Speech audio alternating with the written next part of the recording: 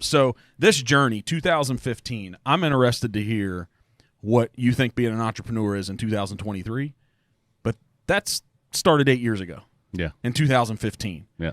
And as I pulled up your social, you do a great job on social media. And before we stopped in here, Dave sends me all the links. I do research. I'm scrolling through. I'm like, this is a guy that goes to no matter if you go to, it looked like it was in a convention hall, and you had your booth set up. Mm-hmm. And I'm like, he's got camouflage Crocs, Mm-hmm. khaki shorts that are like a gray color, and an untucked button-up shirt or a polo or something. I was like, this guy's going to be awesome to talk to. So in 2015, what the heck, man? Well, I was a bartender at the time. And I always, ever since I was a kid, I knew I wanted to do something big and start my own business. And, I was not the honor student, let's just say. I barely graduated high school, went to college, dropped out of college because I wanted to come back and chase business. I wanted to get in the insurance business. Well, that didn't work out. I just didn't like it. And then I found myself bartending. And so I had this recipe that I used for like 15 years on chicken. And I'm here bartending. The first 3 years I was bartending, I loved it. But then the last 2 years I was miserable doing it. I was like, I can't do this the rest of my life. I need to figure out, like, what am I going to do? So I always had all these ideas, businesses to start. But all my ideas took a lot of money. These big, crazy ideas. I actually spent some money on one, a disposable toothbrush, and spent like $2,000 on a market analysis, hired a little group of people, and then it was like, no, that's not it. Great idea, but that's not it. And so I had this recipe in my back pocket. Never thought to call it Dano's. Never thought for a second to sell it. Growing up, I always used to love to cook. My family used to say, hey, you should be a chef. And I'm like, I don't want to live that life. And so here I am bartending for the last 2 years, and I'm just miserable, just always wheels spinning. How am I going to get out of here? And I brought in the chicken that I would make. Like, I would bring it in from time to time. People would be like, how'd you make that? What's in that mix? And then I remember I texted a girl one time. I'm like, this is what you do. Mix it like this and grab these ingredients. And so still never thought to package it, right? Until one day I brought in this chicken, gave it to a guy. It was 5 o'clock on a Monday. I remember it like it was yesterday. It was January 2015. And I was like, man, are you hungry? I just brought in this chicken that I make. And he's like, yeah, I'll take some. So I give him this chicken. He took one bite, and I remember him just kind of looking down and his head shaking, and he looked up, and he's like, man, it's the best chicken I ever had. He's like, why aren't you selling this? And I was like, Dano's. I was like, that's it. This, all these years of me like thinking like this business and like I know I'm going to figure something out. It's going to happen, right? It happened right there. It was like Dano's. I was like, I can see it all over the country. And here's the coolest thing about the success now is that when Dano's started, it was because of the flavor. I knew that it was different. The name hit me like a ton of bricks, right? And I went by Danny Oliver was my name for 32 years of my life. And then when this happened, I'm like, well, got to change my name because it's Dano's. And so I started the business because of the flavor. I knew it was different. I knew it had a great name. I knew it was because of the flavor that I was like, oh, I can see this all over the country. Like nobody's ever had anything like this.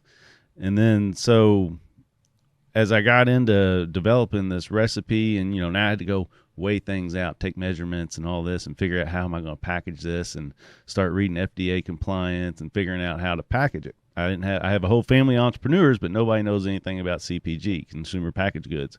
So I literally had to figure this all out myself by asking Google and YouTube. That's how I learned how to do it. And so when I got into packaging the product, I realized there was low sodium. And then I realized no sugar.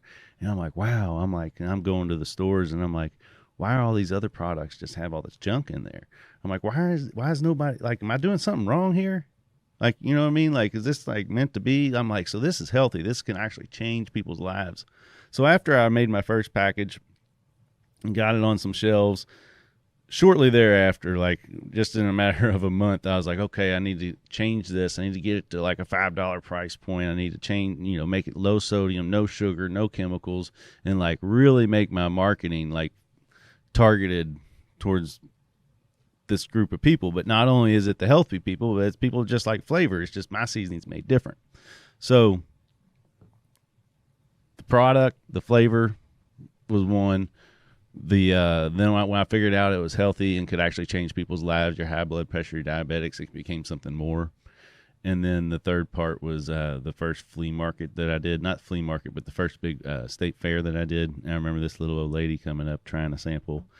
And she was like, "This is damn good." And I'm like, "Yeah, and there's no sugar, and this is all the salt in the bottle. You get 2 for $10. And she's like, "No, no, no, honey." And she's like pointing at the sign behind me. And she's like, "Damn good." And I'm like, my mind, it was like my third aha or my second aha moment. It was like, oh my gosh, damn good, Dano, Mike, fantastic. You don't know till you Dano. You know what I mean? Like, it just, everything happens for a reason. And so, like, that was in 2017. And I'm like, I had to struggle for 3 years with it until my big break was when COVID hit in 2020. But I went to every weekend I was somewhere in a different city putting Danos on a toothpick, selling my product. And I was always really good and really successful at it, but you can only sell so much at a flea market. You know what I mean? Mm-hmm. So it was kind of like I was robbing Peter to pay Paul just to get by, just to pay the next bill, just to get the next batch of product, to get to the next show. For 3 years, it was a grind. Robbing Peter to pay Paul is what I say. And 2020 hit, COVID comes. And I'm like, okay, I can't do those anymore. So how am I going to survive? And I went to social media, just started taking off like a rocket. And I made the right investment. I made the right partnership with Phil Crosby. He owned a marketing company.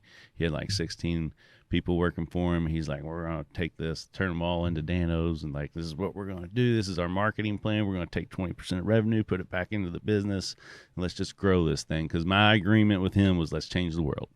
Like, that was the whole thing. Like, you know, going back to how I said, like, I always wanted to do something big. I wanted to change the world. And, like, here it is. Everything, you know, I never gave up. There's plenty of times I could have given up, you know, where I was in debt and I was like, I got to go do this one show and get out of debt and make my next order, just because I know that everything's too good. The flavor, the name, the branding, the changing lives, like, everything's about it is too good to give up on. So I never gave up, and I kept pushing through, made the right partnership in 2020. Then we brought in the right investors. Here we are today. How'd you know it was too good to give up? Just because when you try it, you'll know. You don't know till you Dano, right? Like, seriously, there's nothing like it. Like, when you actually, like, try a piece of chicken, and you're just like, wow, like, that really, I get it now. Like, a lot of people, they don't get it until they try it, and then they're like, I get it now. You mean they don't like, get it from this awesome logo? That doesn't tell them? Well. You know what that reminded me of when I pulled it up and I went, man, this is like as a kid, mm-hmm. and I'm turning on the TV, mm-hmm. and Andy Griffith pops on. Mm. Right? With Opie walking down the street. Yeah. With it over his dad walking next to him. I was like, man, this is some homegrown, local feeling stuff with the fish. So where does that logo come from? Well, I was a bartender, right? Uh-huh. And so one of the first, I knew right away, like when I had my aha moment, that it was called Danos. There was never any question about that. So then for months, I'm sitting here, I need a logo. What's Danos? And I remember waking up at like 2 or 3 in the morning, and it was just like hit me like a ton of bricks. It was like little Huckleberry Finn character carrying a fishing pole, walking through the state of Kentucky. Maybe he's chasing some chickens or something. You know what I mean? Mm-hmm. So the original drawing, this isn't the original. The original drawing, in his other arm, he's actually got a chicken underneath it, and he's got some eggs like falling out of his back pocket. I think they cleaned it up a little bit for you. Yeah, we cleaned it up a little bit. Did you see that, or did the so-called experts see it? No, I saw it. It was actually my alteration, okay. I guess. Like the original packaging, I mean, even from back 2017 to 2020, had the little chicken in the arm. Yeah. And then when we made the partnership and did our repackaging, it's like, let's drop the chicken, simplify it.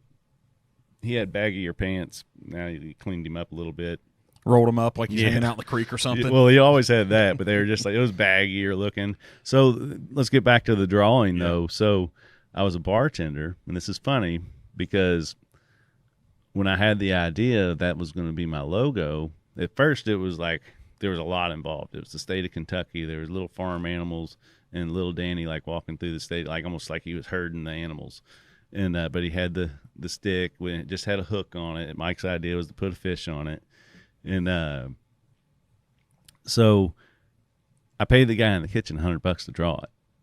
And I remember it was like a Saturday night at 5 o'clock in the morning, because in Louisville, bars stay up until 4. So after everybody got kicked out, I gave the guy $100 for this drawing. And all my bartender friends were like, "You just gave him $100 for this drawing?" And I'm like, "Yeah, it's my logo." They're like, "Okay, dude, whatever." I'm like, "Okay, Okay. we'll see." $100. Yeah, $100.